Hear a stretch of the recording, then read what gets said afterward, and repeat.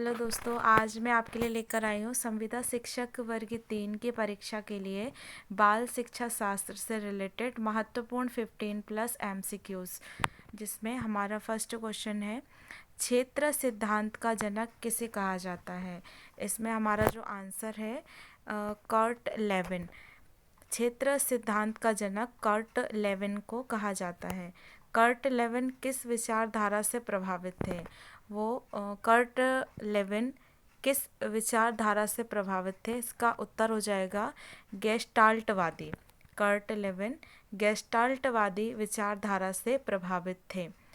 Kurt Lewin किस विचारधारा के समर्थक थे? तो कर्ट लेविन जो है वो संज्ञानवादी, इसका जो उत्तर हो जाएगा कर्ट लेविन संज्ञानवादी विचारधारा के समर्थक थे। कर्ट लेविन के क्षेत्र सिद्धांत में क्षेत्र का अर्थ क्या है? आंसर हो जाएगा इसका जीवन के विभिन्न क्षेत्रों से। कर्ट लेविन के क्षेत्र सिद्धांत में क्षेत्र का अर्थ क्या है? इसका आंसर हो जाएगा जीवन के विभिन्न क्षेत्रों से। अधिगम का श्रेणी क्रम सिद्धांत किसने दिया? ये सिद्धांत जो है रॉबर्ट गेने ने दिया था। अधिगम का श्रेणी क्रम सिद्धांत किसने दिया था? रॉबर्ट गेने ने। रॉबर्ट गेने किस विचारधारा के समर्थक थे? इसका उत्तर हो जाएगा संज्ञानवादी। रॉबर्ट गेने किस विचारधारा के समर्थक थे? संज्ञानवादी धारा के। रॉबर्ट गेने के अनुसार अधिगम का सबसे निम्न स्तर कौन सा है? संकेत अधिगम। रॉबर्ट गेने के अनुसार अधिगम का सबसे निम्न स्तर कौन सा है? संकेत अधिगम। रॉबर्ट गेने के अनुसार अधिगम का सबसे उच्च स्तर कौन सा है? समस्या समाधान अधिगम। रॉबर्ट गेने के अनुसार अधिगम का सबसे उच्च स्तर समस्या समाधान अधिगम है। सुल्तान नाम के चिंपांजी पर किस वैज्ञानिक ने प्रयोग किया था? कोहलर ने। सुल्तान नाम के चिंपांजी पर किस वैज्ञानिक ने प्रयोग किया था? कोहलर ने। चूहे पर किस वैज्ञानिक ने प्रयोग किया था? स्किनर ने।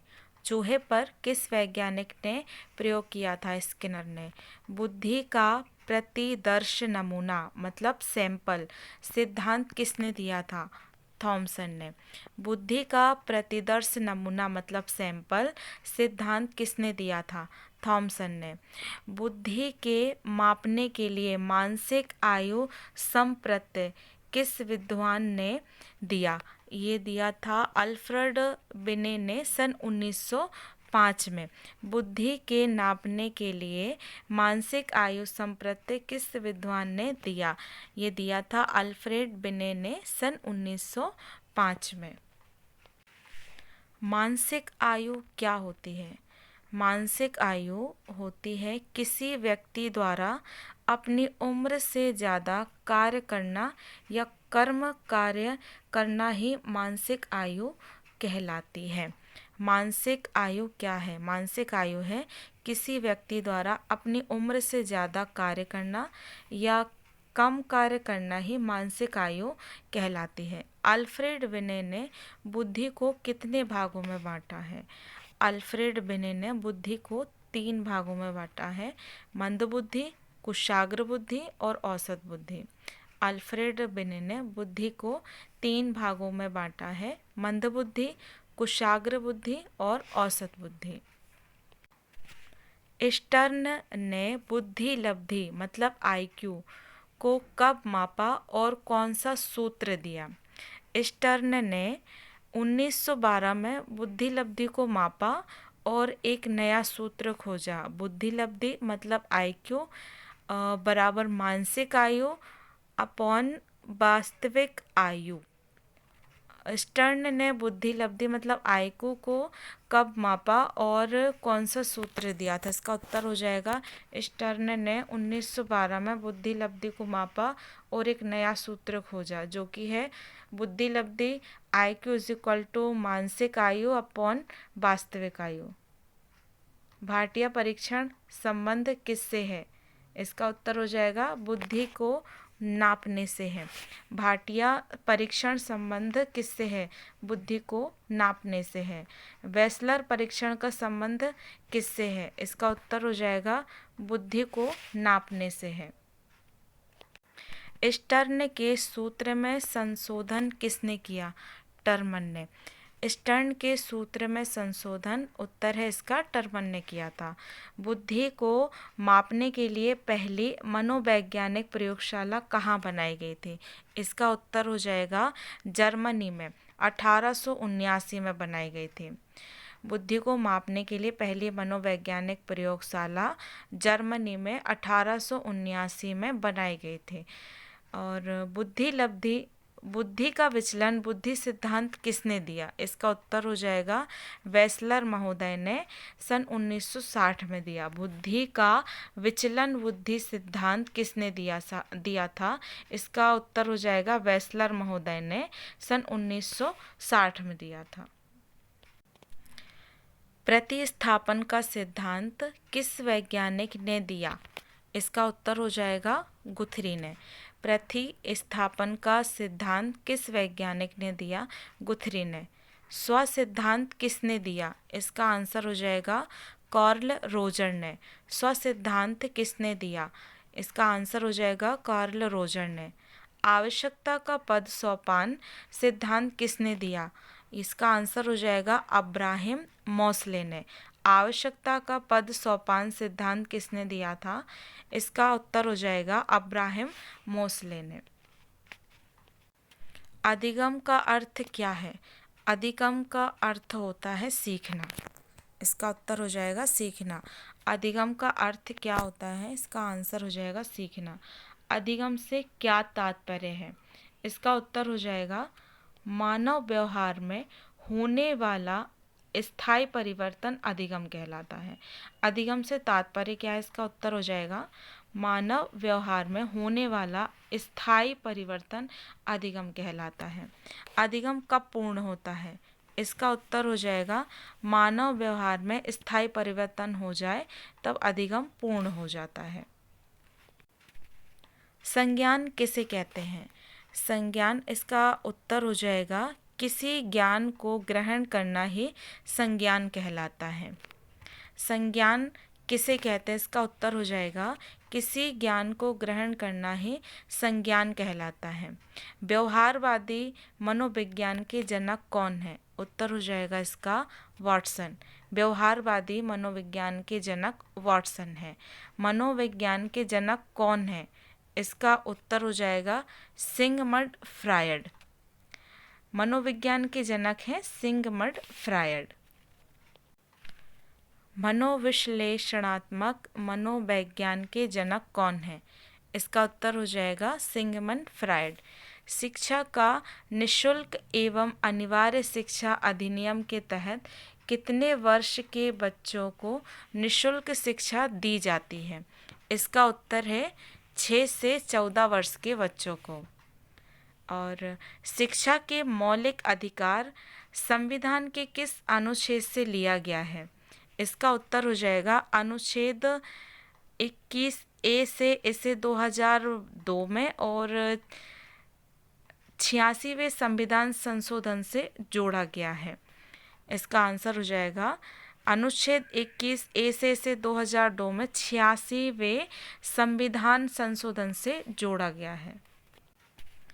CBSE कब बना? CBSE सन 1929 में बना। CBSE कब बना था?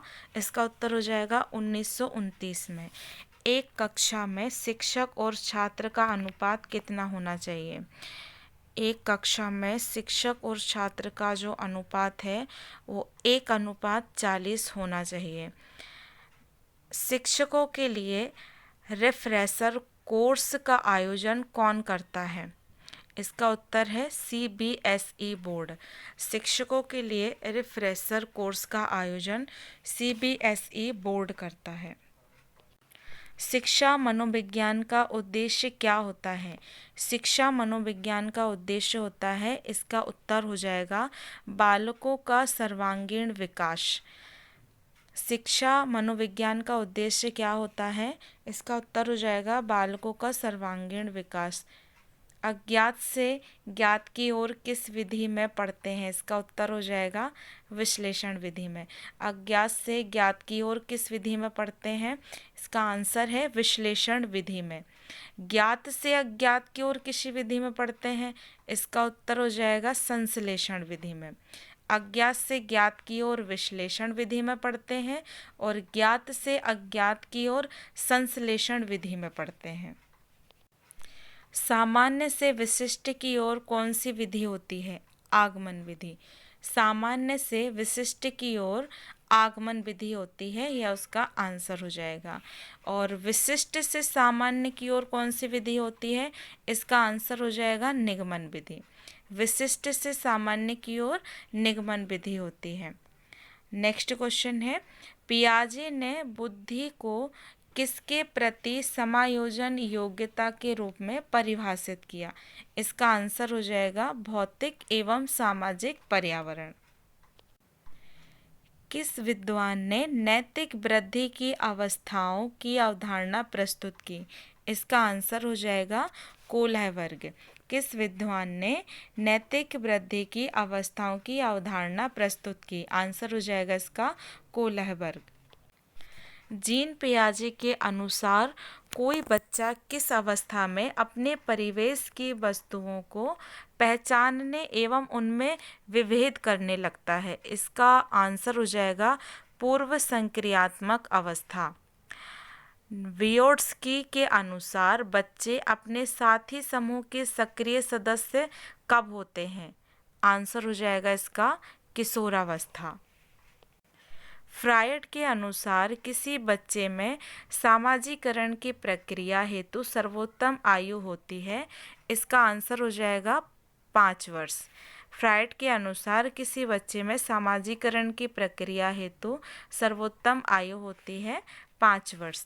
बालकों के नैतिक विकास को समझने के लिए जीन पियाजे ने कौन सी विधि को अपनाया? इसका आंसर है साक्षात्कार विधि। बच्चे दुनिया के बारे में अपनी समझ का सृजन करते हैं, यह किस विद्वान का कथन है? इसका उत्तर हो जाएगा जीन पियाजे। यह कथन किसका है कि ज्ञानात्मक विकास नकल पर आधारित ना होकर खोज पर आधारित होता है? इसका आंसर हो जाएगा जीन पियाजे। जीन पियाजे ने कहा था ज्ञानात्मक विकास नकल पर आधारित ना होकर खोज पर आधारित होता है। सामाजिक अधिगम का सिद्धांत किसने विकसित किया? इसका आंसर हो जाएगा वंडूरा ने। वियोट्स्की के अनुसार किसी बालक के विकास में सबसे महत्वपूर्ण योगदान किसका होता है? इसमें इसका आंसर हो जाएगा समाज का। वियोट्स्की के अनुसार किसी बालक के विकास में सबसे महत्वपूर्ण योगदान किसका होता है? आंसर हो जाएगा समाज का।